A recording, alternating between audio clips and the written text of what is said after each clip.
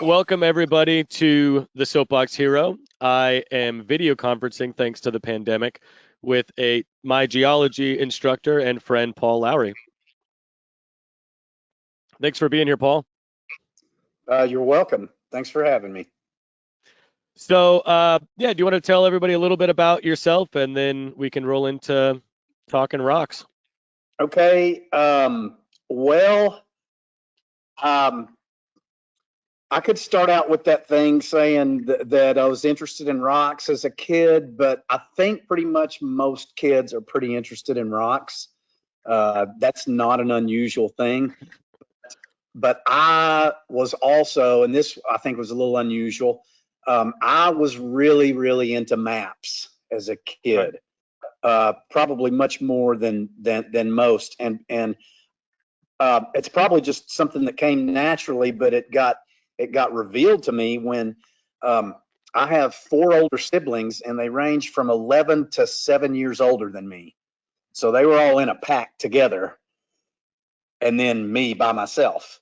And so growing up as a little kid, they were always around, always around. And then when they started going off to school, and I was too young to go to school, there was nothing for me to do. There are three channels on TV. What was on TV in the daytime when they were at school? Soap operas.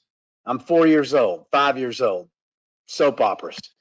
So what did I do? I went to the world books. And so I just grab a world book and start paging through it. And and I'd look through it, and the things that really that I would get stuck on were the maps of states and maps of the world, maps of different countries and all that. And that probably lay dormant for a long time. And when I got into college, everybody said I should be an engineer because I was good in science and math in high school. I had no idea what an engineer was. So I went off to an engineering school as a freshman. And I learned really quickly I did not want to be an engineer. My mind was not, I mean, all power to engineers, but that is not what my mind was cut out for. I was not comfortable with it. The whole problem solving part of engineering, I'd say it's been only in the last 6 years or so that I've been able to become a problem solver as far as engineering stuff is concerned. But I was studying or my roommates were studying, and they were all juniors. I was a freshman, and they were studying for a geology test. And I realized that I knew all of the answers to the stuff they were studying, and I had not had a geology class. It had come to me from just being a dinosaur freak and a map freak and a rock freak. And I'm like, well, I should major in something that I like. So I quit schools, decided to major in geology. And eventually learned that the part of geology that I really liked more than the rock part was the map stuff. And so in grad school, I did remote sensing. So remote sensing was basically aerial imagery, satellite, airplanes, and stuff. And so that's you throw Google Earth in front of me, throw a topo map in front of me, and I will get lost in it. Behind me on the wall is Exhibit A. an old map of rivers and mountains of the world. It's just right up my alley. So I do get to do what I really like to do, which is study the earth and continually learn about the earth. And I don't have to do research, which is what I would have to do if I was at a 4-year school with a PhD. And the other thing is that teaching helps keep me, dumb cliche, but it helps keep you on your toes, because let's say that someone in class is not understanding something. And so you go to your plan B, your tried and true plan B. That doesn't work. You go to your plan C. That doesn't work. And there you are. You're on the spot. You have to think on your feet, and you have to figure out something that may help them understand. That helps keep me from getting senile. I think helps you to, you are under pressure to think on your feet and try and help this person in the moment there. And so the combination of that, I'm an introvert in my everyday life that has to transform into an extrovert in front of the classroom. And when you see me in front of the classroom, you will see someone who's very different than the person I am in my everyday life. Um, I'm a performer. Uh, and so it is still the real me, but it's the real me that has to flip a switch. Hmm. That's and that's, I don't know, perhaps more than you were looking for, or maybe went down a different path, but that's Exactly what I was looking for. who It's I am whatever it now. is for you, Yeah. man. Well, awesome. Um, yeah, I think that's a great explanation of how you got there. Um, yeah, so you were saying that there's a difference between teaching where you teach versus a 4 year where they're gonna kind of require you to do research. Is that right? Yeah. And you don't want to be forced to do research? Well, don't you get up here. Down. Go on. Go. Go on. Hoping that's the dog, It not the is the kid. dog. My wife Go, just kid. left with all the kids because she didn't want them getting all up in my business during this. She left the dog. They went for a drive. Um, uh, Research is, there's a lot of aspects about research that are to me difficult. And you know, some people love that. That's their thing. So great. Hmm. One of them is that you really have to get good at begging for money. You can't do research without funding. Someone has to pay for you doing research. Hmm. And uh, is it going to be the National Science Foundation? Is it going to be ExxonMobil? Is it going to be any number of things? But you have to be able to write a grant proposal, and then see if it gets funded. And I have always been the type of person that if I ask somebody for something and their first answer is, I don't think so, then I'm like, okay, I get it. Because I Right, don't want to, I don't want to be badgered, uh, right. something like that. So I don't feel comfortable badgering someone. So that whole thing about asking for money, I'm not comfortable with that. Then it becomes it's a high pressure thing where um, if if you don't publish X number of articles, then you're not going to be tenured, and that means that you're going to be the first to go during budget cuts. But at Hmm. the same time, you're expected to teach. So at a 4 year institution, you have two jobs, and I don't want to say that one has the priority over the other, but the one that is more important at you keeping your job is going to be the research. Right. Um, a lot of 4 year instructors in the sciences. I don't know if I can. I don't know if I can speak for outside of the sciences.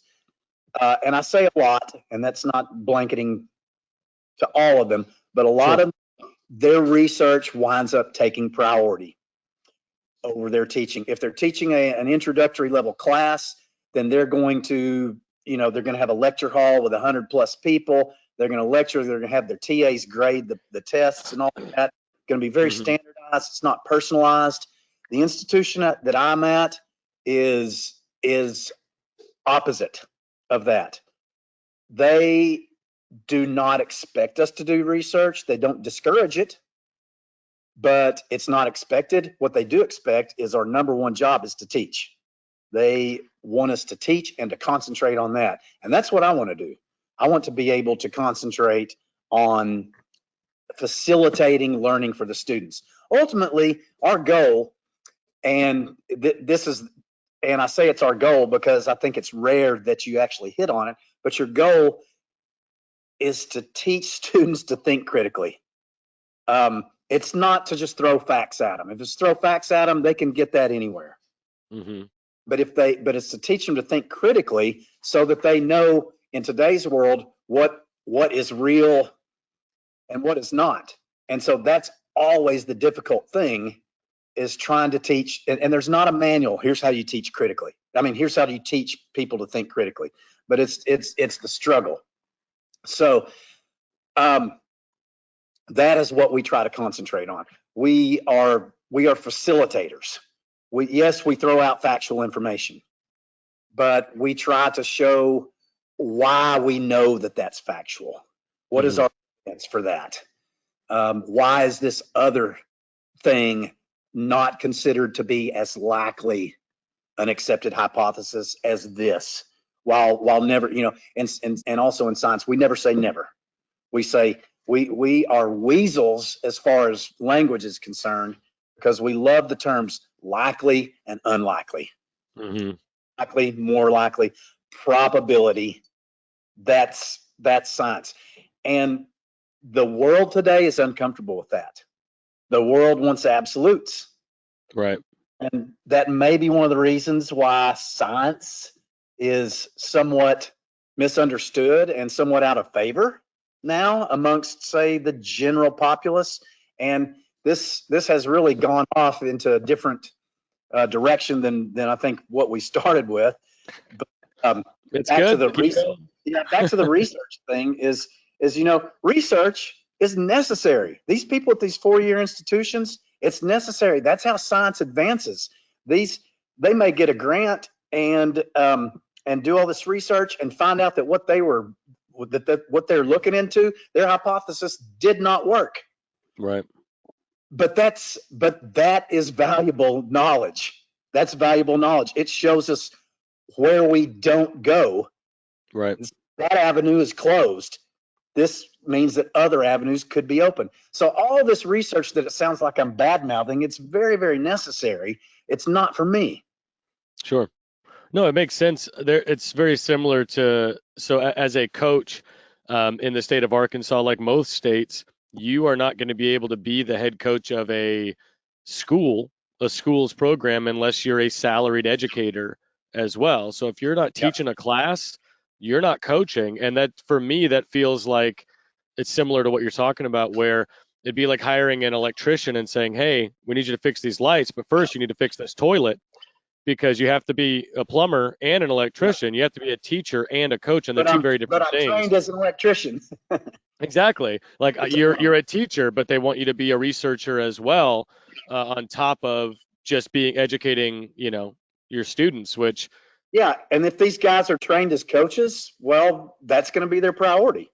Right, exactly. So they're going to, and that's been my struggle about going and getting a degree and going and teaching, because I'm not gonna have nearly the passion that I have for teaching that I do for coaching. Coaching is what I love to do, and so I'm gonna be phoning it in and not giving it all of my passion, and I don't want to contribute to educators that aren't really into it, because the kids are going to feel that.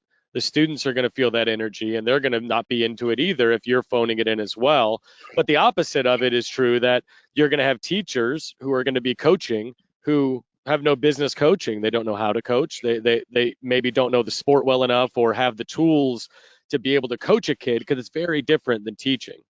Yeah, my wife has been offered coaching more than once, and she's like, well, I mean, one of the main things is that one of the main reasons she hasn't done it is because, let's just throw 2 more hours on the end of my day before I get home. But also, it's like, what do I know about coaching cross country? They want to be the cross country coach. What I know about that? Tell them to go out and run 4 miles. Well, anybody can do that. You don't need someone for that. You need someone that knows about coaching. I agree with you. What I know this is. What exactly are you wanting to coach? Well, I mean, I've been coaching volleyball for the last 5 years since I moved here, and it's through club right now, so I'm coaching club ball. But eventually, I would like to, create a program somewhere and get my roots down somewhere. I have someone that maybe you could interview, put on your list.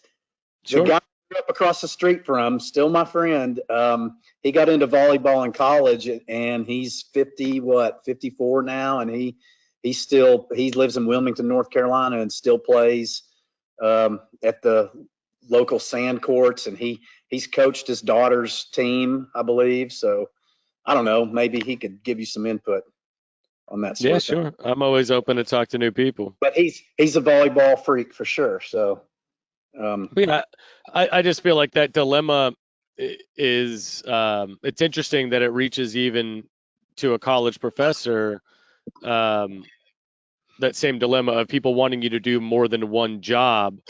Um, in the grand scheme, that's really what they're asking you to do is two completely different well, things in order to have one job. and they do at my school as well. But the other thing they asked me to do is be an administrator. And how much training do I have in being an administrator? Hmm. I have absolutely none. I have no training in administration, but I've been a department co-chair for the last 7 years. Hmm. That's not good. Right, and that's just you. How many other people are in that same position that maybe aren't, Yeah, prepared or qualified to be in that position right. necessarily? But at least some of them want to be administrators. And Right. so, and I don't, so I've always resisted it.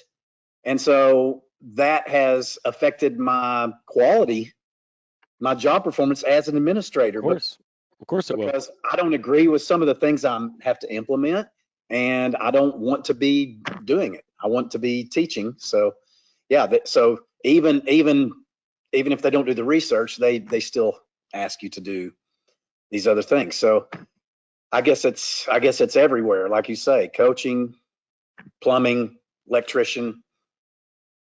Yeah, I wonder where that comes from. Why we feel the need to not just take what somebody's offering, but demand more. Like, well, you have to do more than one thing in this day. We can't That you can't certainly just has happened be. in the last 2 months, where suddenly, and some of my faculty have been really upset. Suddenly, they had to become an online instructor. Hmm. They said, "I'm not trained to do that. I've been Sure. in the classroom forever. Now I hadn't said, well, I'm not really trained for it either. I adapted because I'm a pretty quick learner uh, of software, new software, and things like that. But not everyone is like that. And I have some faculty that are really, upset about being held to this new standard that they never signed up for. And the Sure. students didn't sign up for this either. The students didn't sign up for a remote class, and they're having to be held to this standard. Yeah, I mean, this is certainly an extenuating circumstance. Like, this is a rare situation, but it's Yeah, absolutely valid. I mean, there's a lot of people that are being asked to do a lot more than they signed up for. But it is an interesting time to be living through. I don't think anybody's experienced anything quite like this before, where the world economy just stops for a couple of months. yeah, it's yeah, historic. It certainly is. This will be in the books. Our kids and our kids' kids, they'll be reading about this for sure. Yeah, they'll tell their grandkids, well, I remember when. Hmm. Yeah, it's really My crazy. thought, my dad doesn't talk about the Depression very much. Hmm.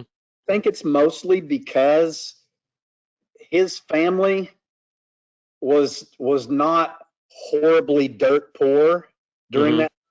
Now everybody was kind of bad off during Sure. that relative to everyone else. They had a farm. They had a fairly sizable farm, and they were able to grow, a lot of their stuff. They had goats, they had cows, so they weren't hit as hard Hmm. as. So when he was growing up, in I guess he was probably like five, from 5 to 15, age 5 to 15 or so, during the Depression. So he grew up during that, but I don't think it was hard on his family as it was on quite a lot. Well, that's good. It was a bad Yes, time for a lot of people. our grandchildren, will be getting these stories, rolling their eyes about it. Yeah, yeah, we've heard it already. We know how bad it was. So yeah, one of the questions I know that we had talked about that I wanted to ask was about volcanoes. I know it's a heck of a segue here, but that's something that I've always really wondered about. Is we're sitting on a ticking time bomb, at least here in the U.S., with a giant super volcano hanging out in that Wyoming, Montana state line area there. And I remember it was several years ago, but I remember there was like a big, like people were up in arms about, oh no, like we think it's coming, like we think there's The lake, vibrations. So, the lake was, some streams were warming up, hmm and some parts of Lake Yellowstone, the lake floor were uplifting. animals were leaving, animals were acting Yeah. weird. There were several signals. Um, so ticking time bomb. If you look at the last 5-10 million years and compress them, hmm then certainly you're looking at a ticking time bomb that goes off often. If you look at it on human scale, human time scale, the ticking is extremely slow. Okay. So slow as to be imperceptible. So so yes, there is magma close to the surface at Yellowstone. There's a lot of magma, and it's very close to the surface. And it has historically blown much larger than anyone has ever observed, and it will do so again in the future. The likelihood, the probability of that happening in any given year is extremely low, hmm uh, because of what has happened in the past at Yellowstone, and because of the potential there. It is extremely monitored. It's heavily monitored. There So, are so what are we like? How are we monitoring it? Can we talk a little bit about like how we know that it's not like, or what measures so we have in place? so there are. It's surrounded with seismograms. So I'm sorry, seismographs. Seismogram is the readout. Mhm. Seismograph is the instrument. So surrounded by that, and they work full time in real time. They are constantly monitoring. They do gravity surveys. There are volcanologists whose job is pretty much Yellowstone. There are there are I think four. I may be wrong, but I think there are four. The USGS runs four volcanic observatories in the United States. There's the Cascades Volcanic Observatory. There's the Alaskan. There's the Hawaiian, and there's Yellowstone. So there are four volcanic observatories. So there's a whole team of people and a whole, for want of a better term, a whole bureaucracy of an organization built up just to observe those four hotspots, and hmm Yellowstone is one of the four. So uh, field measurements, going out in the field, taking temperature measurements every so often, however long it's dictated. I can't get into the details of these things because I do not know the details. But I guess what I mean, my question is more like, what are they monitoring, and how do we even know? Like, do we even have the ability to determine or predict, what any of this stuff means versus whether or not it's going to lead to an eruption, or like so we're checking seismographs, which is great, but do we even know that seismographs will give you enough information to tell you, hey, we're 3 days away, or you know what I mean? so you ask a question that opens a lot of avenues there. Um, and the word prediction is one that we definitely want to shy away from.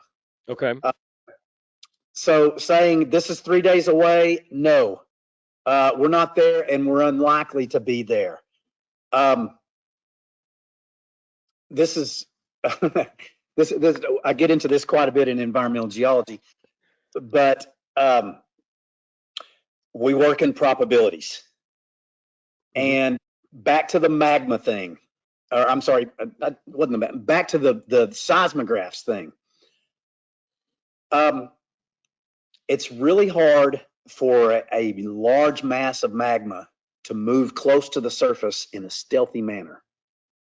Okay. Um, it can't get there without pushing some things out of the way, and pushing things out of the way causes tremors. It causes rocks to fracture, and those will be picked up. The seismographs pick up things way more sensitive than that. They'll pick up a truck going by, a heavy truck going by.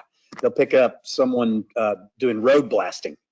So seismographs have been used for a long time to monitor known magma chambers. Now, I say that as if we know, like, like the exact position and shape of an underground magma chamber. That's a little nebulous, but we know more or less where it is and where it's not. Underneath Arkansas, you're not going to find a chamber of magma. Underneath Northwest Wyoming, you definitely are. And we know that from several things: geophysical, gravitational methods, magnetic methods, all these things. But what it boils down to is currently, as of today, and this could change tomorrow or this could change next year, but there is not the pressure built up to have the magnitude of a Yellowstone eruption of 660,000 years ago. An eruption tomorrow would be extremely surprising. It's not impossible, but it would be we consider it unlikely just because there are none of the monitoring is pointing towards that. Our ability to predict volcanic eruptions is much, much better than our ability with earthquakes. Okay. And it's because we know that there are several very reliable precursors to most major volcanic eruptions. I'm not talking minor steam eruption or just really small ash eruption. We're talking about major eruptions. They're very reliable precursors. And one is the seismic activity. Another is a change in gas ratio emissions right beforehand, and a third is swelling. Now, remember, we were talking a few years ago, there was some swelling happening. The lake was, and so I think these volcanic observatories, they all have levels similar to DEFCON. And so they did, when that was happening there, I believe they went from one color to the next, but as it got. It was not considered. Oh, I'm going to turn my email off because that popped up and was distracting me. So Mount St. Helens in 1980, it rumbled to life in March 1980, and it had its major eruption in May 1980. For those 2 months, the volcano was surrounded by volcanologists and seismologists gathering data, and they were not able to predict the day that erupted, but the data that they learned from that 2-month period led to a huge leap in volcanology, because the place was crawling with scientists. It was an active volcano in the backyard. But did we know during those rumblings whether or not it was going to erupt that day or the next week, or we were just sitting and kind of like, well, we'll keep an eye on it, and as soon as it explodes, we'll try to run away, but we're not exactly sure. We did not know that, and I would say that we still don't really know that. We can say increased probabilities, and actually one of the things that happened was several people in the evacuated zone it had been 6 weeks since they'd been to their house. And they were really restless because every day they're hearing the scientists say, we think a big eruption is imminent. But they couldn't put a date to it. They couldn't put a time. After 6 weeks of hearing that, you might be like, sure, what do you know? Exactly. Human nature.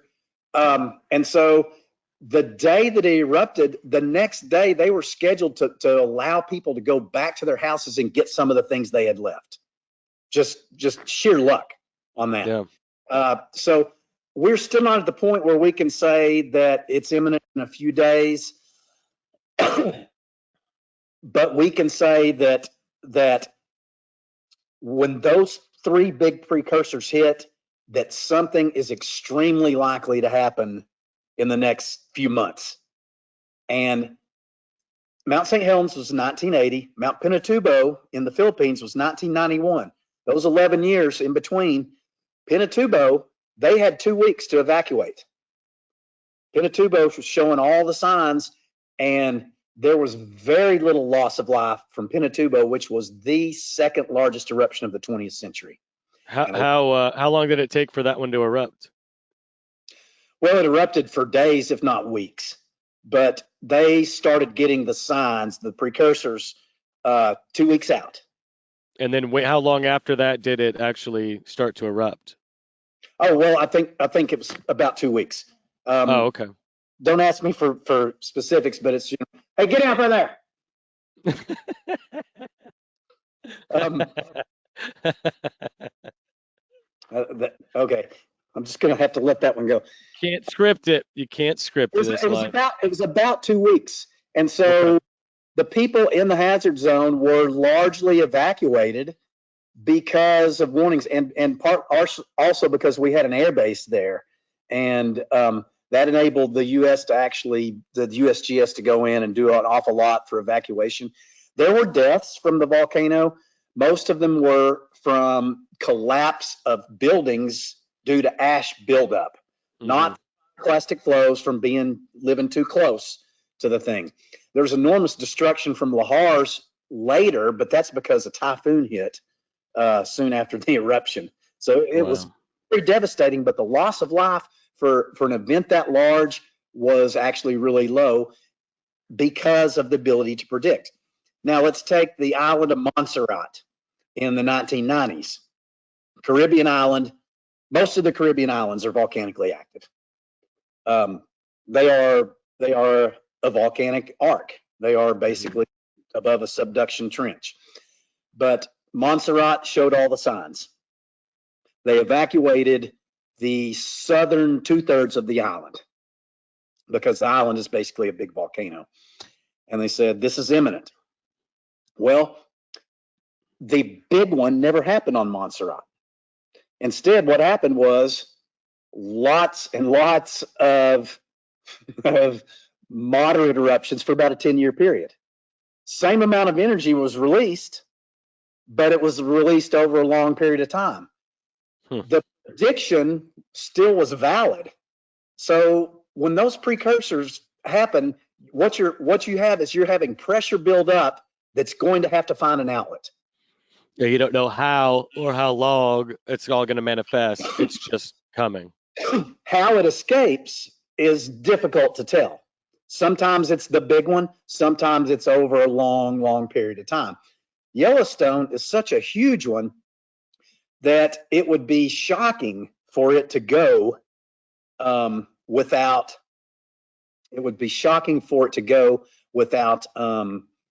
any sort of warning. It would be the most surprising thing that had happened in scientific circles in decades.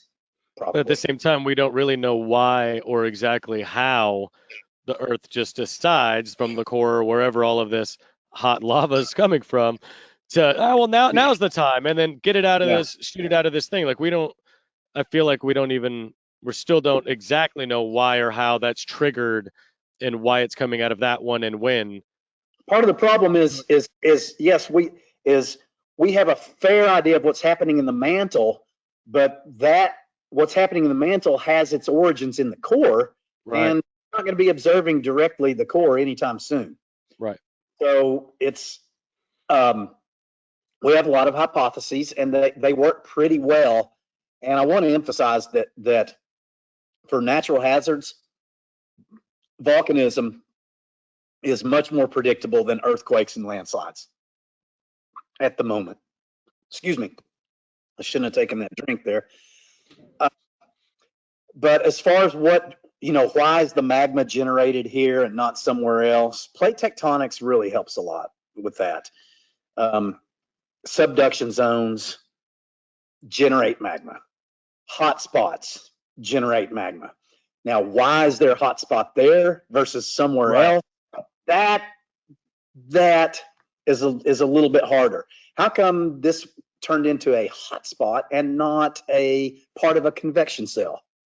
That you would have to ask someone who studies the mantle, and maybe they could give you a good answer. Maybe they would give you the runaround. I really don't know, because I know very little about mantle mechanics and dynamics and heat flow or anything like that. You'd have to have a specialist. When this is over with, I would like to give you a couple of names of a couple of volcanologists that I follow on Twitter. And they might be willing to come on. because the fact that they're on Twitter and posting a whole lot is they're very much into educational outreach. And if you'd want to get more into that, certainly these are people who are specialists. Yeah, definitely. Like I said, I'm open to speaking to anybody that wants to Yeah, I come mean, on and let people know. I will text you or email their information. Cool. Yeah. One other question. I guess we can get to the big one that we talked about. The question I like to ask everyone is the thought experiment. So we're going to say tomorrow morning you wake up, check your bank account, and you've got hundreds of billions of dollars. And you call the bank, and the bank says, "Nope, your money. It's not a mistake. Go nuts. No one's coming after you for that money. Rich uncle or whatever." So you're like, "Oh, that's really weird. Maybe I'll hop on social media and maybe I'm not the only one or whatever." So you hop on social media and you've got hundreds of millions of followers.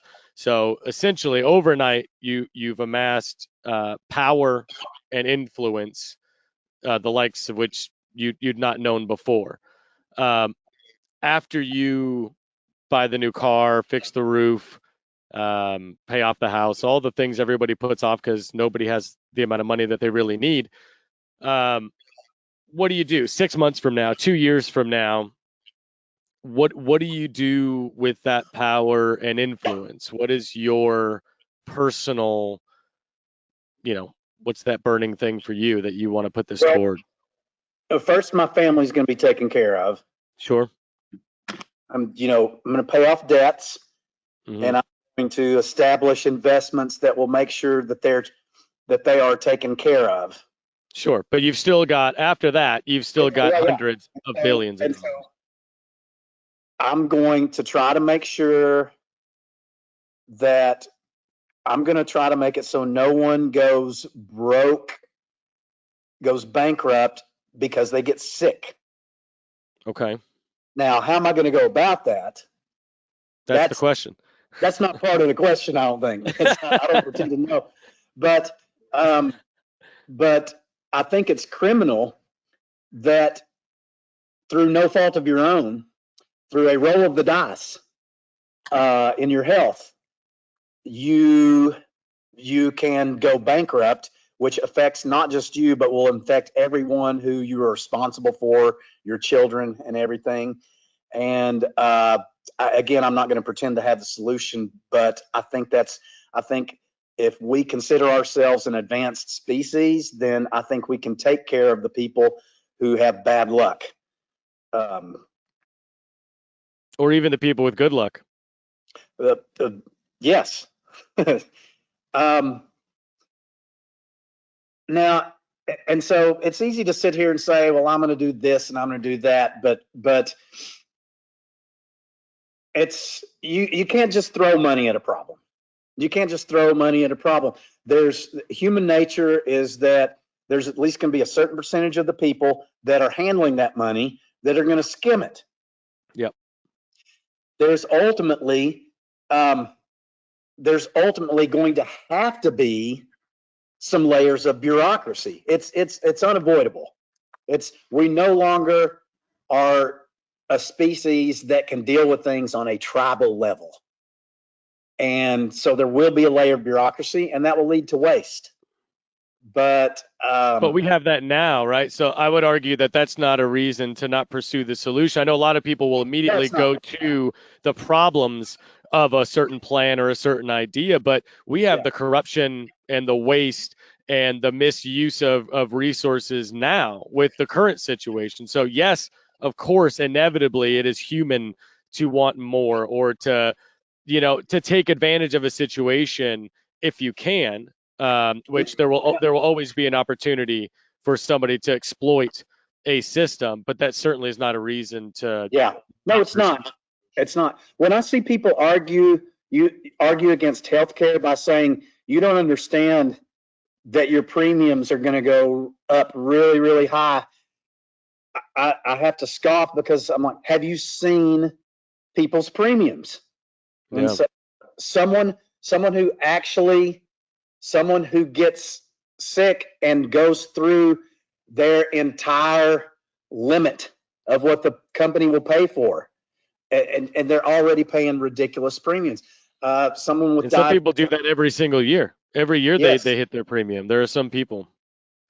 So it's like, well, if you do this, then your premiums are really going to go up. It's like, you know what? Our premiums are already unmanageable. That's already, it's already unmanageable. There is another way. And telling people that getting sick was their fault is, it really angers me. It really angers me.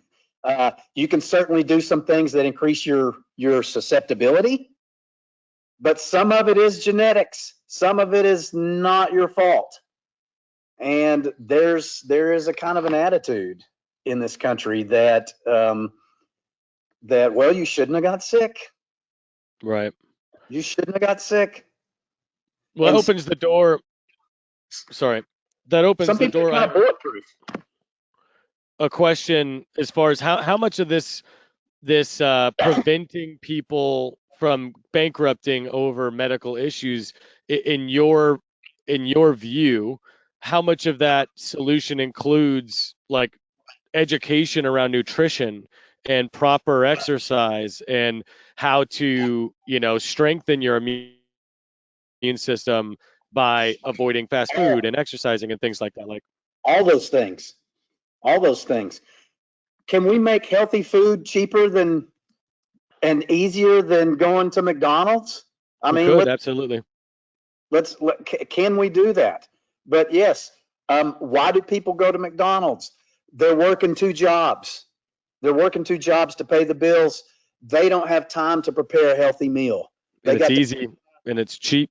it's easy and it's cheap. And they go, and sure, if you buy a bunch of food in bulk, beans and rice, you can eat cheaper than than doing fast food. But that takes time, and you got people working 2 and 3 jobs, and that's what they're doing to feed their On family. top of raising kids. Let's make it an easier option to be healthy.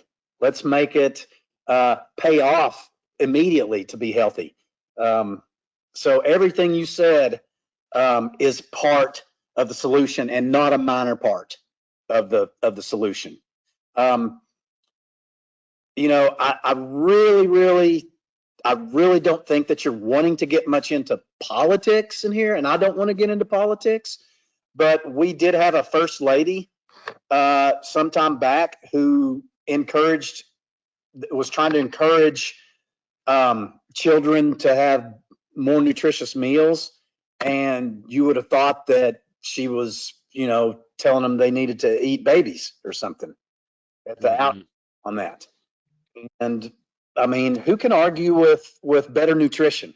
Well, apparently there's people that can argue with better nutrition. Well, when politics are involved, then it's a problem. When it's because it's the identity politics of it. Of, well, you're not part of my team, you're on the wrong team. So anything that you have to say is invalid because you're on team blue or team red, and I'm on the other team. So, and that's what's happening with the current administration. Like, regardless of like, it doesn't matter whether anyone in this administration did something good or bad. If you're not on our team, the least as far as the media goes, you're going to get destroyed no matter what you do. And it's on both sides. Obama dealt with it as well.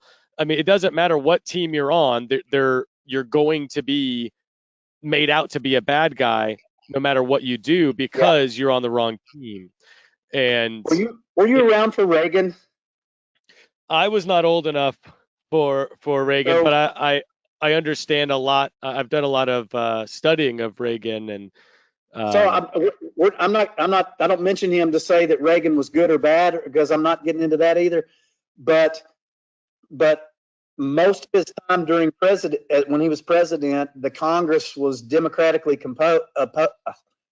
was democratically controlled, and Tip O'Neill was in charge, and Tip O'Neill and Reagan fought and fought and fought, and they also compromised like crazy. Mm-hmm.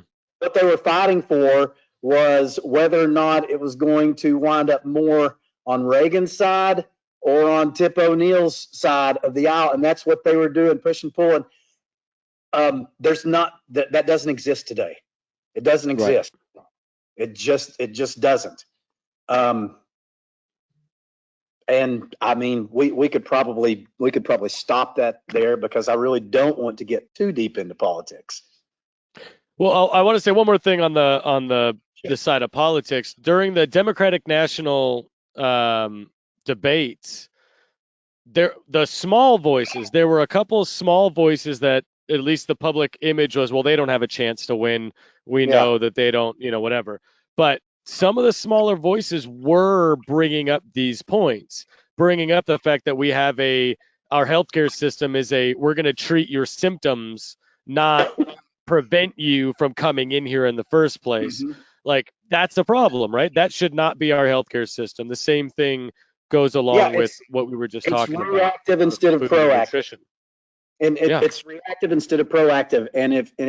And in disaster management, what they teach you to do is to be proactive.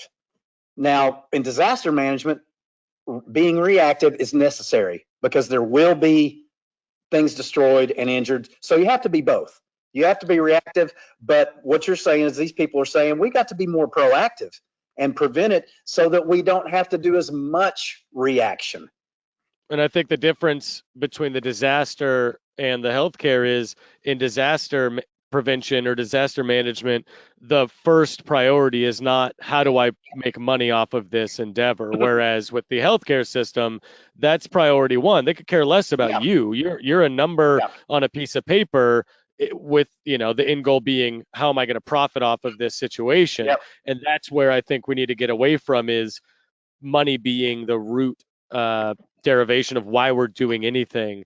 And I think that's the real mistake. In I can't think of a scenario where things are corrupted where it's not corrupted because of money. Yeah, and I don't disagree, and it's the American way.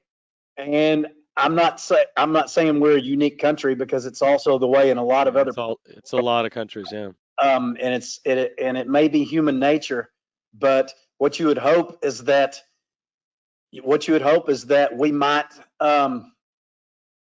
someday evolve to be a more enlightened society. I don't know how that's going to happen, but by people like you and me having conversations, and other people seeing it and realizing that they're not alone in seeing the things that we're talking about seeing, because they see it too. So here's a thought experiment. Let's say that humans disappear as a species. That's going to be extremely sad for me and my family. Yep. But for the planet, for the dolphins, it's gonna rejoice. For the orangutans, it's going to be the best thing that could happen. Yep. And given enough time, one of them will evolve into the apex species of the planet, and then they'll have their shot at it. Yep. They'll have their shot. The Earth is going to survive anything we throw at it, but our habitat may not. Right. And so I feel like if we don't adapt to what we've been doing, then we're going to screw ourselves. I agree. And that's why I'm here. That's why I'm doing this thing. It will be sad for individuals, but sometimes I read things on the web, and I'm saying, I'm ready. I'm ready for the dolphins to take over. I'm like, I have bad thoughts. Should I be having these? I think something that I don't want to think. Bad things about people. I mean, is that part of human nature that I can't get rid of? Maybe we should just, and we all have bad thoughts that come to our heads, and we can't do much about them.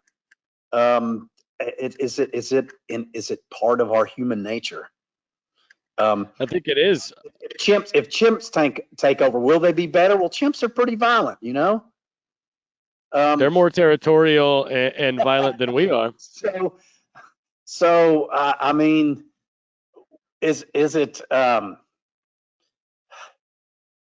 Will the apex species always find a way to screw themselves over?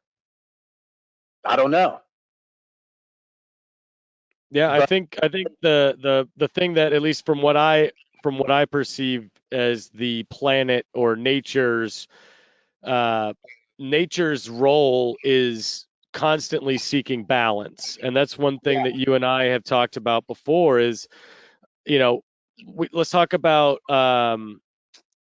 like what was it? I think it was like waves, right? Like waves are going to beat down this mountain, right? yeah, Until it's eventually eroded, and then there's going to be a new mountain that comes up, and then that's going to get beaten down. And like I view the world as this giant pendulum, and every yeah. time it swings to the right, it swings just a little less higher than it did last time. And then it Hmm. goes to the left, and then it doesn't quite go as high. And eventually it's going to swing, and then we're going to be somewhere in the middle. That's what we're trying to seek as a planet. What the planet is trying to seek is harmony, is balance, of all of these things. Things have to go up, and then they have to go down, and mountains go up, and then they get eroded, and like it's supposed to happen. And so we need to find balance within our role and how everything else works on I this would posit planet. I would posit that human activity has caused the pendulum to go more extreme Yep. in some cases, instead of that settling into the middle that we have pushed it. And like you say, if you push the swing farther on that end, then it's going to go farther when it swings back. And it is And going to swing back. It yeah, will always swing back. Like you look at the human 60s activity is, and the peace movement, and people were coming together and they were trying to build communities, and there was this swing. They were pulling really hard to get this love and yeah, peace movement. And then you talk about folks like Reagan who didn't want that. So yeah, they pushed everything back, and then we got so far over here that now we are currently living in a time where people are starting to say, wait a minute, this is wrong.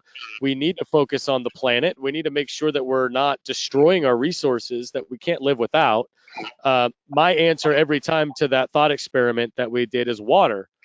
For me, if yeah, we don't take care of our water, everything is going to cease to exist, because nothing exists here without water. right. You poison the water enough, everything's just going to die, including us. And then we're at all for what though? What are we doing that for? Why are we poisoning our resources? For money, for technological advancement, for convenience in our lives. And is that really worth it? Yeah, the Clean Water Act of 1972 uh, transformed the country's waters. Uh, in the pre-regulation, there were hundreds, if not thousands, of water bodies in the U.S. that were in really, really sad shape. Uh, Clean Water Act, more than anything else, of 1972. Richard Nixon, of all people, was the president when that happened. But that has led to water quality in the U.S. today is much better than it was before Clean Water Act was passed. But what we're seeing is, well, it works so good. Let's stop doing it. We're relaxing all the water regulations. We're saying, you know what? The water's good now, so we can go back to throwing this stuff in it because it's too expensive to clean the water first before putting it back into the environment. I don't get the idea of something works, so let's stop doing it. Right. No, yeah, that's certainly doesn't make any sense. So I was trying to find. I'm going mobile for a second just to see if I can find my water because I ran out of my other drink and I really need my water. So I'm still I looking. was trying to find the number here, but Nestle, I remember there being a report of them owning something like 90% or 80%, somewhere in some ridiculous number of how much of the fresh water reserves on the planet that they Yeah, own. And I watched a documentary about them, among others, but definitely Nestle being involved with going to impoverished countries, third world countries, stealing their natural water, in effect destroying, their ability to walk down to the local waterways to get water for their village, but then selling them back their own water, but in bottles. Like they own so much of our water. Like I don't isn't know it how. amazing? Isn't it amazing that not only that is that a company will do that, but that they will freely, openly admit to doing that, and that everyone accepts that. Yep, we just move right past it. Consider water a commodity and not just a basic human right, a right to fresh, potable water. But I don't know if the thing that you watched was called Blue Gold, I but don't believe so. okay, well, I recommend you check that out if it's still on YouTube. It's about an hour and a half documentary, and it's Blue Gold World Water Wars, and I mean, it's basically echoing everything you're saying about Nestle. Um, I used to think of Nestle as, oh, okay, good chocolate bar, but I mean, anyone who would do exactly what you said, um, it's I don't use the word evil. I don't use the word evil because um, it's a personal belief thing. But I will say it's someone who has um, let's say at the very least they are looking out for number one and no one else. Well, it's all in the pursuit of money. They have no regard for the consequences of their actions, or all the problems that are going to stem from making these choices. All they care about is stockholders and making money, and this very strange construct that we've created here. Yeah. But yeah, I don't think there's in my reality, I don't have a place in my reality for that type of behavior or business of taking and raping the world's resources in the pursuit of, again, money, which is something we made up. We made up money. We created that. Yet because of the society that we live in, you and I do that um, as part of our daily purchases. Well, I It's don't personally. I don't buy yeah. water. We have a. No. I don't mean water, but I just mean Oh, just okay. anything that you have to get. You have to get from point A to B. You Yep. have to you have to wear shoes or clothes. In today's world, um, just manufacturing that, someone's being taken advantage of. Absolutely. Something is being polluted as a result of that.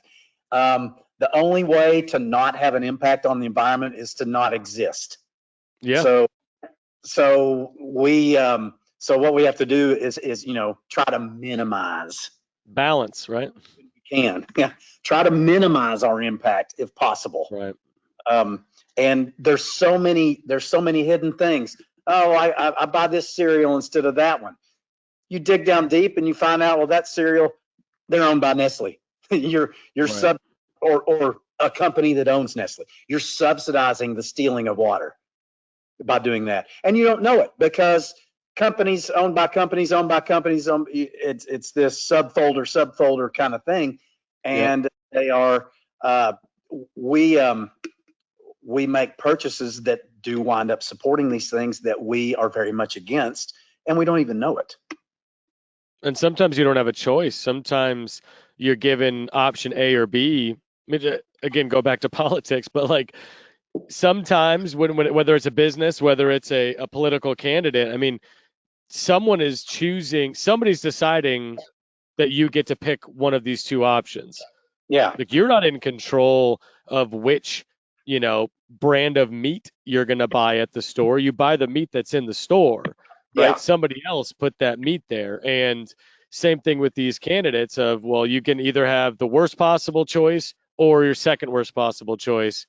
Good luck. Either way, we win. We don't care. You pick yeah, whichever one you want because we're going to benefit either way. And that's what's happening with these companies too. Is well, we own them all anyway.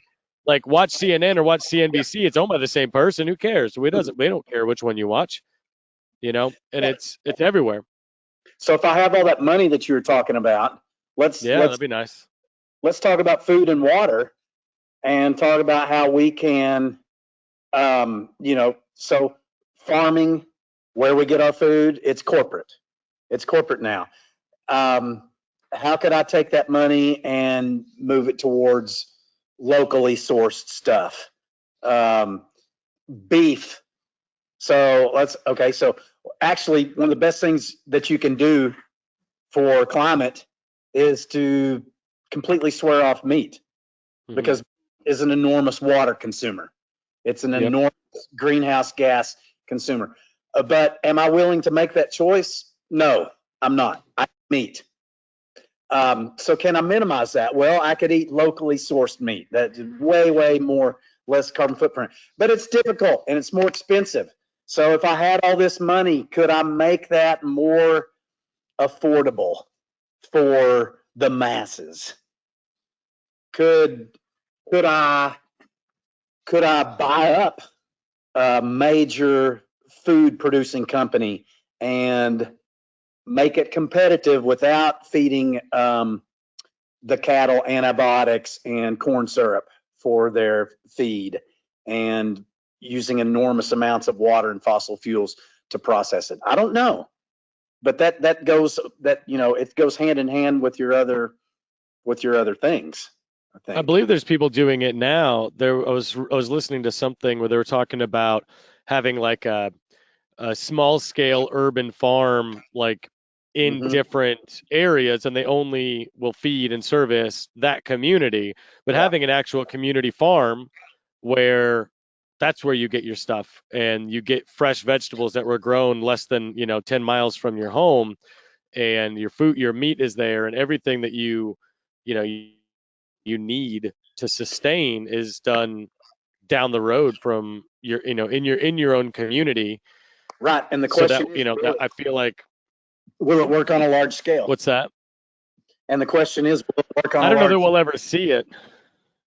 Yeah, I don't know if we'll ever see it on a large scale, because the people who currently are in control of the food don't want that reality to happen, so they'll Yeah.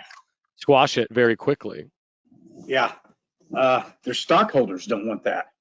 Yeah, it's not profitable for those giant corporations to have 1,000 community farms running around the country. Like, that would, and it'd have to be more than 1,000, I'm sure, but arbitrary number, that wouldn't be cost effective for them. I mean, look at, there were people that made engines that would run off of water, and those designs were bought and destroyed, because if I'm in the oil business, I don't want somebody creating a vehicle that's going to be run without my oil. Yeah. you know so Have an unfortunately. There's an Exxon ad from decades ago, and it's basically they're basically talking about how climate change and global warming is going to happen, but they're saying Exxon is working on solutions to that. There's no way Exxon would put out an ad like that today, Right. because it would it's going to affect their bottom line. Water.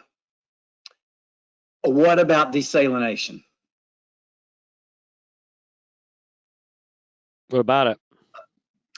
Well, it's the solution for a large number of people in the world right now. In the Middle East, there's a lot of desalination. If you're on a submarine, you're desalinizing seawater. Aircraft carriers, even in the U.S., South Florida, California, the ocean appears infinite. It's not infinite, but it seems infinite. You ever fly over the Pacific Ocean? You're like, that ocean is endless. It goes on forever. Right. The amount of available water that we could convert to fresh water is staggering.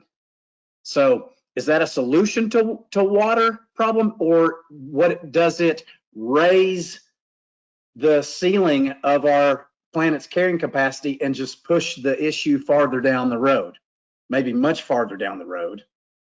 But our history, our species history, is that when something seems really abundant, we use it with abandon, or is it Right. with abandon?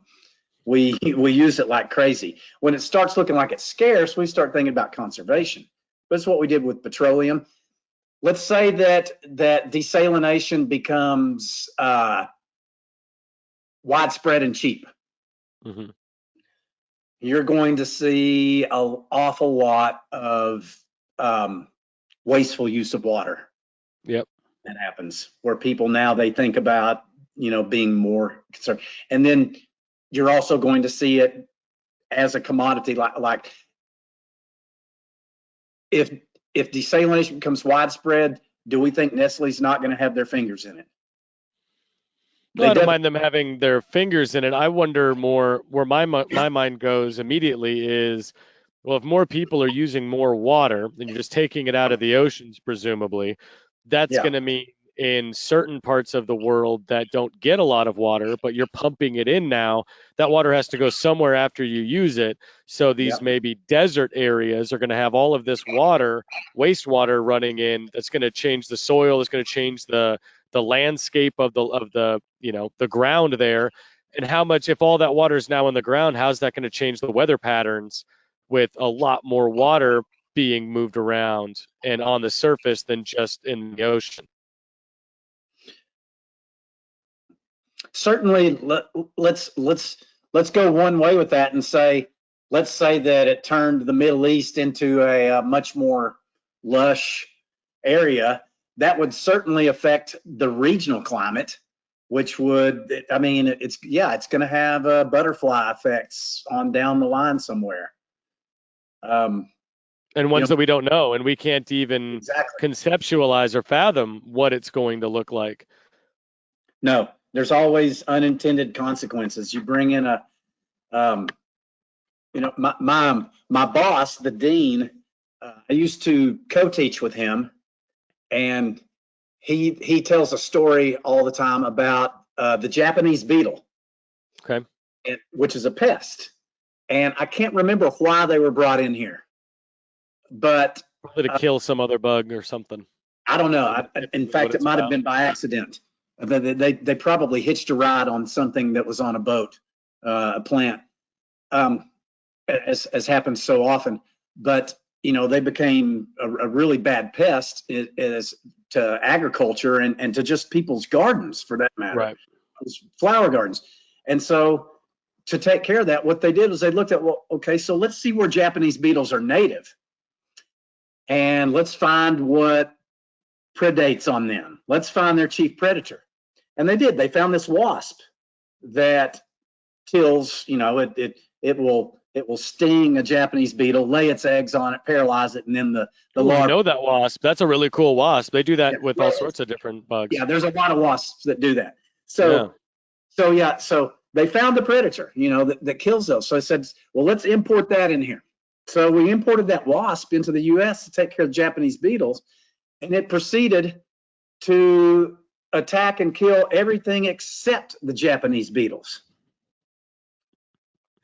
So why did they do that? Well, so when they looked deeper into these unintended consequences, they looked deeper into it.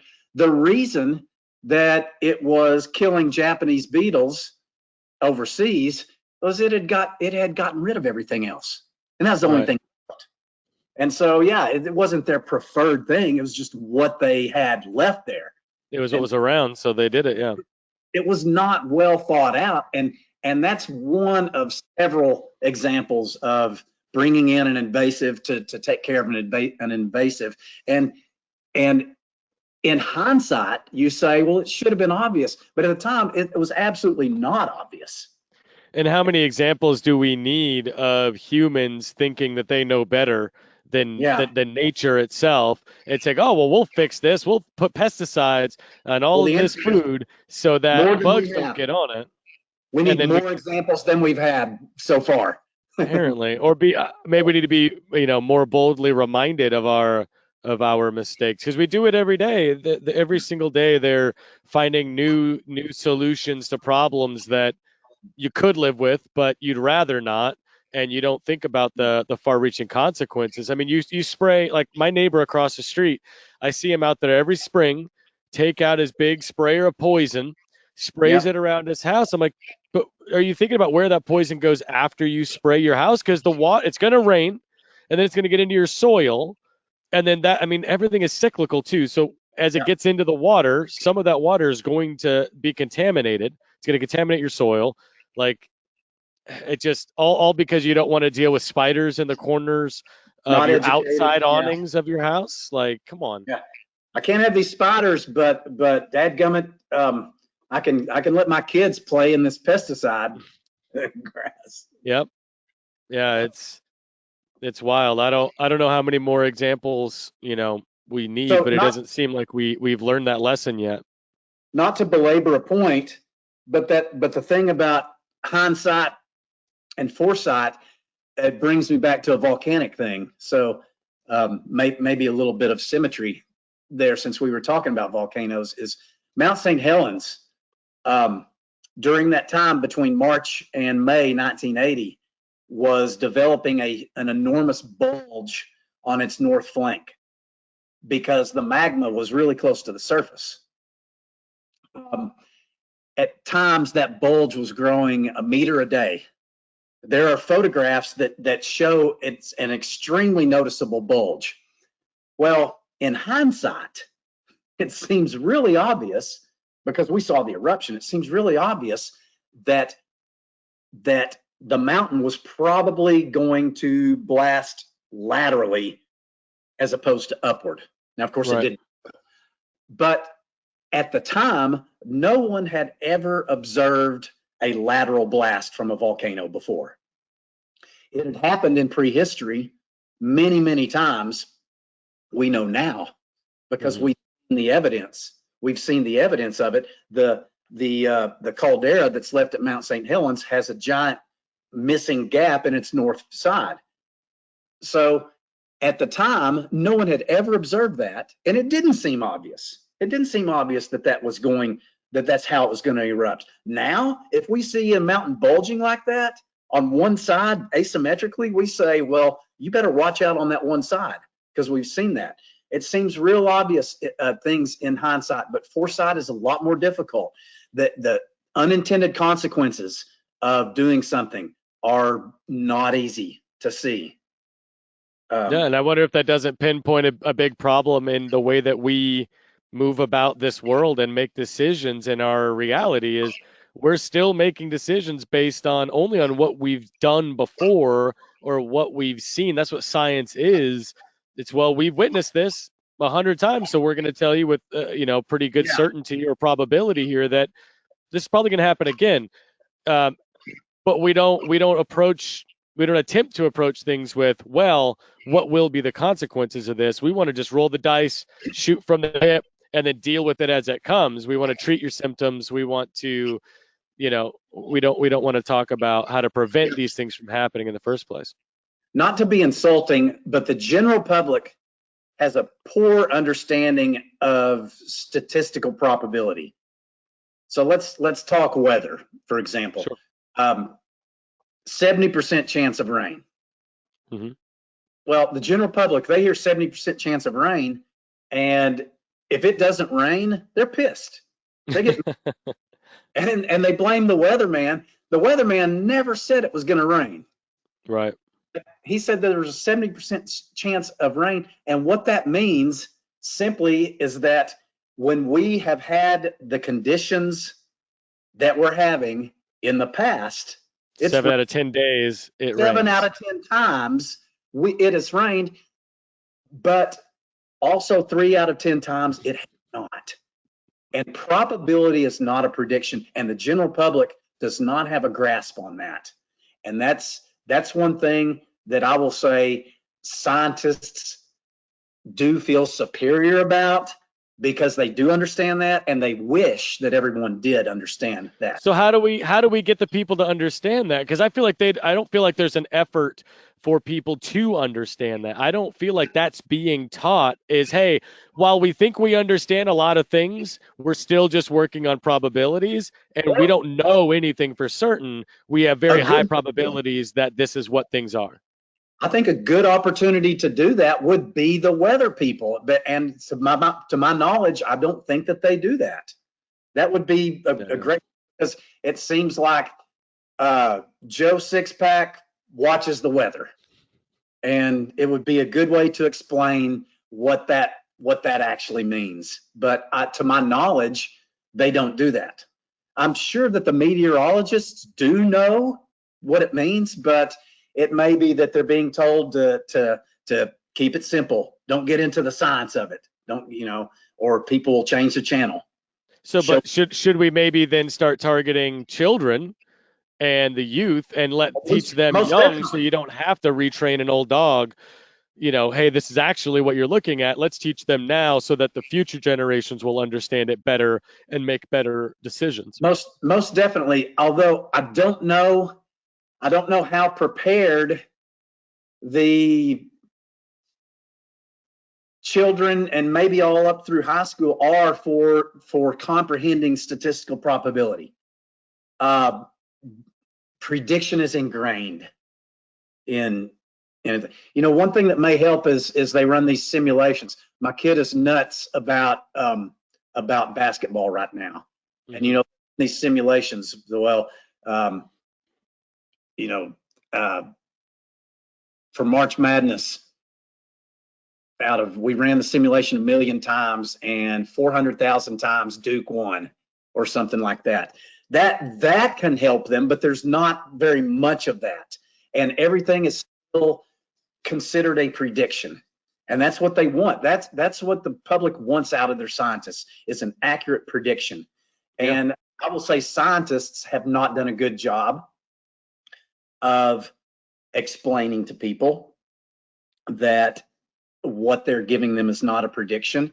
And some of it is because that's not what the people want to hear. They don't want to hear. What they want is someone who can predict something. Yeah, tell me when it's going to rain, weatherman. I don't want to hear about probabilities. Is it or is it not going to rain? Yeah. I mean, that's why I look on the Weather Channel app. I don't look just to see what somebody else thinks might happen. I'm like, oh, is it going to rain today or is it not?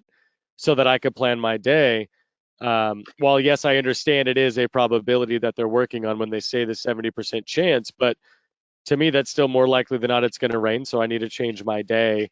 So I mean, it makes sense why And that would be. not to pick on the weather, because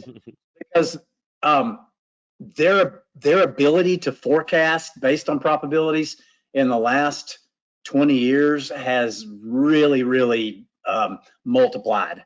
Yeah.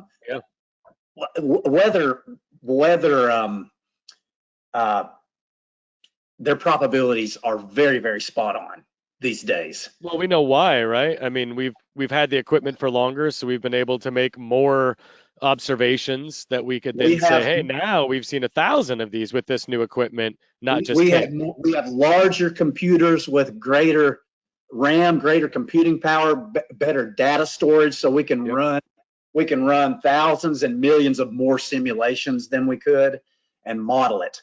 And that's been one of the problems with climate change, is because you take those same models that you're using to forecast the weather and you try to do it to climate. Well, you have another element of 30 years in there instead of 2 days.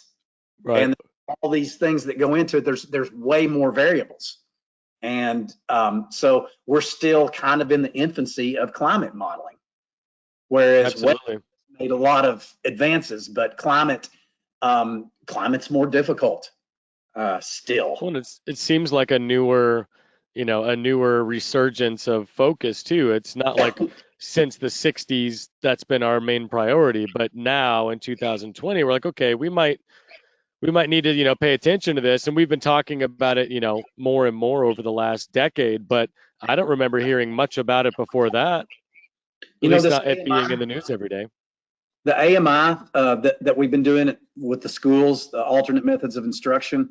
One of the things that was for my third grader, they said they recommended, one of the recommended things, it was when they were doing the PBS things, and they said flip a coin, and record what happens with it. Well, his teacher said don't bother doing that probability one. And she said, instead do this one. And I looked at that and I said, no, we're doing this probability one. And I said, you're going to flip this coin 50 times and we're going to record what happens.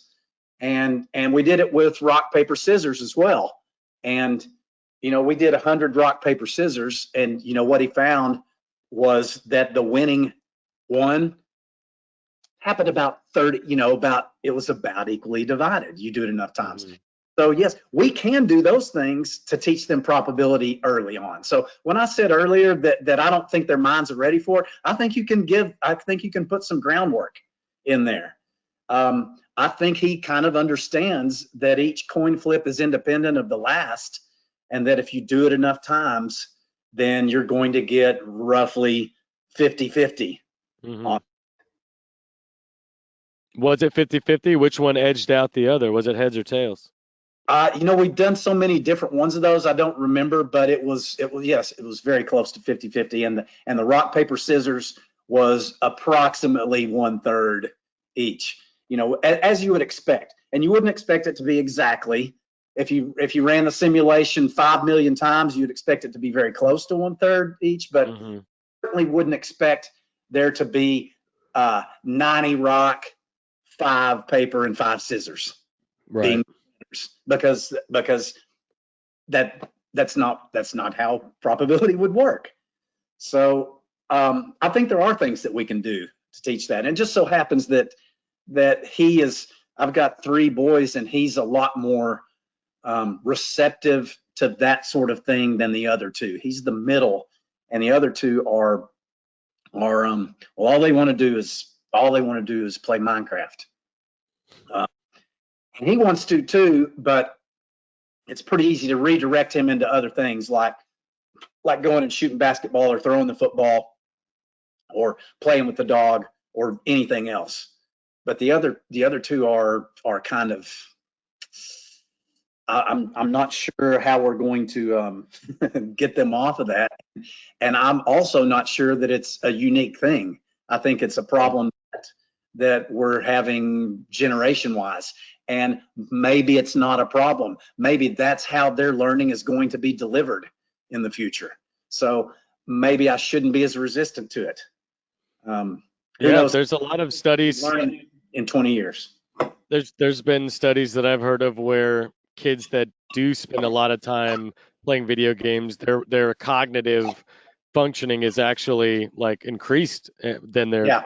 over their peers. So again, that's another very new thing, right? That's not something that we've had And in it's our something lives that for hundreds of years. we don't know what the consequences will be. And Exactly. no one Yeah, knows it. There's a new absolutely. study every year, but the data set is small, as you say. Yeah, I think that's honestly one of our biggest handicaps as a functioning body is we don't really think about what's going to happen. We just release this thing, this new technology. We just have it and say, hey, everybody can have it, and then we'll just figure out whether that's good or bad later. Like we don't know. Like we're just winging it, It's an experiment that we're doing on the entire populace, and and we didn't know. We didn't sign up for it, but yeah, we're a part of it. yeah, Cell phones. it's not a strict, it's not a laid out experiment with a control group. Nope. It's something, and the data We are will, we are the control group. We yeah, are it'll the be experiment. in 50 years, we'll see some results from it. And then we'll be like, oh, we should have never done this. But what did we know? We I'm were still so with you, young. but I'm going to get a refill. It's just a few feet away. I can hear you. No worries. Uh, yeah, I don't know. I feel like that's something that should at least be targeted as a species. I think it would behoove us to focus on what might happen before we make a decision or before we roll out something to the general public. We've talked about this vaccine for this COVID. Like Yeah, the jury's way out when that does ever get released. Most people are like, I don't think so. I don't want to be the first one because we don't know what's going to happen. But with cell phones, with yeah. 5G, we're like, oh yeah, line us up, just Early experiment adopter. on us. Yeah, we don't know what's going to happen having this device shooting radio waves through our body while it's in our pocket. We don't know what that's going to, what effect that's going to have for doing that 60 years maybe. I had I my don't. first cell phone in high school, so Yeah, if I make it to 70 something, 80, like that's a long time to have had a cell phone in your pocket yeah. shooting waves through your molecules. Like we don't know. what that's really doing, if anything. But So we're you doing don't, it. We're going to try it. yeah, you didn't ask, but I'm not holding out a ton of hope for a COVID vaccine. Mm-hmm. And I think at best, it's going to be an annual vaccine like the flu vaccine Right. is, that will not be 100% effective. And because this thing is really similar in many respects to the cold virus. Mm-hmm. And we've never got a vaccine for the cold. Now, part of Right. that is we don't feel like it's necessary. But what I think people should be putting their hope in, now, certainly people should be working towards a vaccine. But I think what people should be putting their hopes in right now is widespread testing. If you Yeah, want absolutely. to control a virus, you need to know who has been exposed, and you can isolate them while letting the people who have not been exposed expose themselves to other people. Or the And antibody test to know, hey, you've already gotten it, so you which, yeah, and of course presumably didn't have any we don't even symptoms, so know you can. but we don't even know if immunity is going to work that way for Yeah, that. there's studies, there's stories out saying, hey, there are people who we knew had it who have no antibodies, who are testing negative Yeah. on the antibody test. So we're still so early in this process that I don't think we're going to find that anytime soon. But here we are opening this, the country back up, But if you don't know knowing who's nothing. got it, you don't know anything. We need testing, and sure, a vaccine would be great, but I don't know that it's going to be what people think it's going to be. Right. Hey, if Well, it and it turns rarely is. we get one like the smallpox vaccine, that would be great news. But I probably will be an early adopter of it, unless it's live, because I'm not allowed to have the live vaccine sort of thing. So, um, Well, also, I wonder if you wouldn't be forced to have it to go back to work. The government seems to be taking a lot of liberties when it comes to mandating things. You look but at which California, government? if you don't Which have a government? mask on your face, The state government? The federal government? take your pick. I mean, the federal I government mean, seems to not be mandating too much. I'm honestly a little bit like pleasantly surprised that the federal government isn't mandating much. They're allowing the states to do what they feel is best, which I think we should like that should be extrapolated after this pandemic to allow the states to have a little bit more freedom as to what they think is best and the directions they want to go. Um, but yeah, I think that more than anything, the states right now have all the control over how they're going to deal with this thing, which I think is good, depending on who's in charge of the state. But we take that out of it. I think individual states having the ability to make decisions for themselves is a good thing, ultimately. yeah. Um, I think the federal government's messaging has been extremely inconsistent, and we could wake up tomorrow and find that the federal government is telling everybody that everything is shut down. I don't think that's going to happen, but it wouldn't surprise me to see them reverse like that. Their messaging, they basically punted it to the states. Hmm. They've said, you know, 80,000 deaths. Well, states can deal with it. It's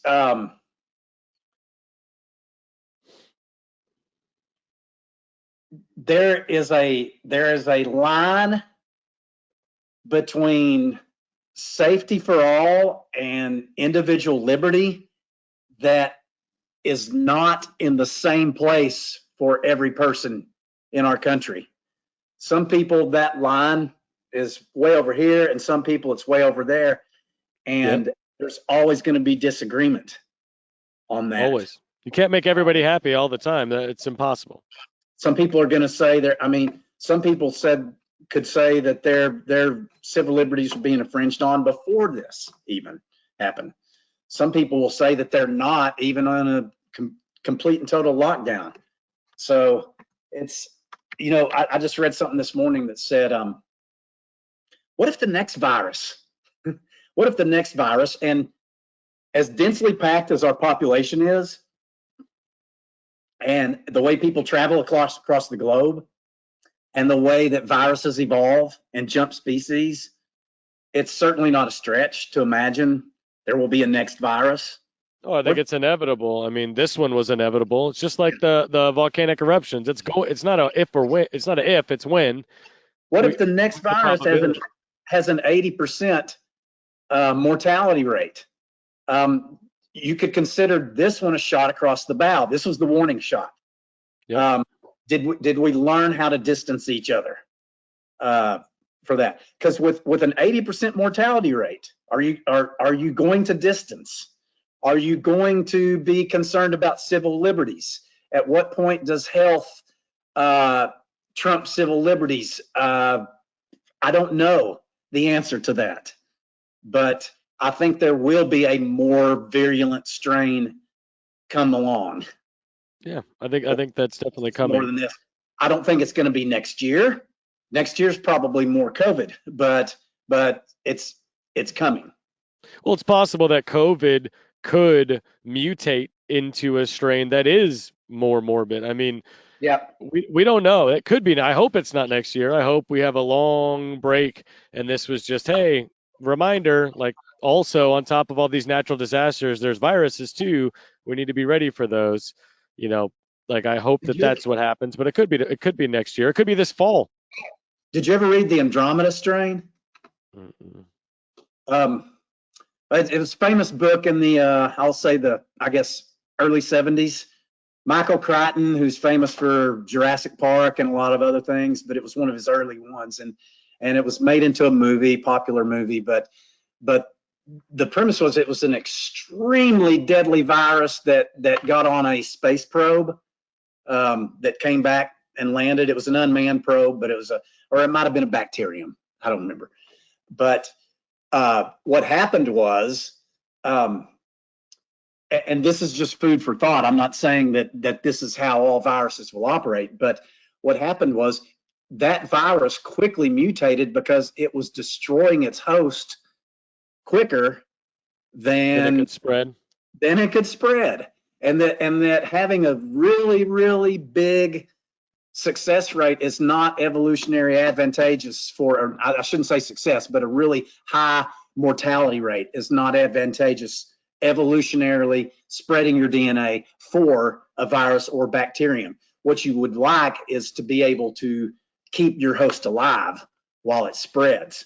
And so that's what happened was that virus evolved into something that was practically no one wound up with an antidote for the Andromeda strain. It just evolved into something that was benign so that it could continue to propagate. And of course, it was a fiction book, so but it's an idea, and it's Yeah. always given me some thought about. I think there was some there is some evolutionary truth to the idea that he was saying in that book. It's the whole point of evolution is simply transferring DNA. That's what organisms are doing. They're not consciously doing that, but that's what's happening. Is organisms who do not efficiently transfer their DNA to another generation, uh, they wind up going extinct. And ones that do adapt to transfer their stuff better, they are the ones that are around. Yeah, absolutely. For a change of subject. Honestly, I think that's a great something great to end on to let people, Yeah. think on that a little bit. I think that I want to go and ponder that a little bit more today, Yeah. as Unfortunately, I'm well. not an evolutionary biologist, but Yeah, no, I think you hit it on the head as far as I mean, as at least as well as I understand the way this stuff works as well is, I mean, if this virus is a living thing, I mean, if it wants to continue to live, it needs to continue to spread. And then eventually, if its end goal is to consume or to kill its host, it better have enough new hosts alive to keep Yeah. it going to continue its. There's a game called, I think it's called Pandemic. You can get it on your phone. I played it. God, what year was that? 2013. I started playing that. It's been around for a while. But Yeah. Some you friends of literally mine. you're in charge of a virus or a bacteria, and you get like a map of the world, and you get to like, oh, I'm gonna infect here, and then Yeah. how do I want to mutate? Do I want to be more infectious or do I want to be more fatal? But don't be too fatal, because if you're not infecting Yeah. enough people, you'll kill your host before they can infect more people. It's Yeah. really Same. twisted that exists during this pandemic. Some friends of mine recently played that. I saw their post on social media, and they uh, none of them survived apparently. Yeah, it's great. If it's a great way to better understand how a pandemic works. Yeah. Because there is a lot of accuracy in that game of well, this is, the ways that it can mutate, and what would you want to do if you were a virus? How would you want, like, it helps you kind of prepare um, for what it might do in order to get a better hold. But um, yeah, it was really interesting, a really interesting game. But I really appreciate you coming on, Paul. Like, All this right. was a good time. I'm glad we got to pick our brains Well, a little bit today.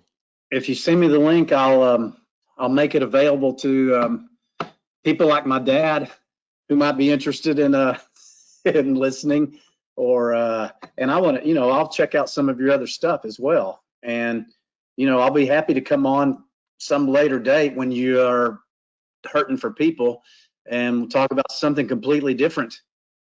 Sure. Hopefully the environment will be better and you can come over to the studio so we can That's the goal. That look is, each other in the eye and actually exchange energy. yeah. Yeah, that'd be great. Well, awesome. Do you have anything else that you want to advertise, or anything you got going on that? I don't. I don't. I mean, maybe if I thought I would have that opportunity, but I don't know. I don't have anything to promote. I'd Well, say, we can plug let something me next just time. say, let's promote education in general. Sure. Be skeptical. Be skeptical, but not skeptical to the point of looniness.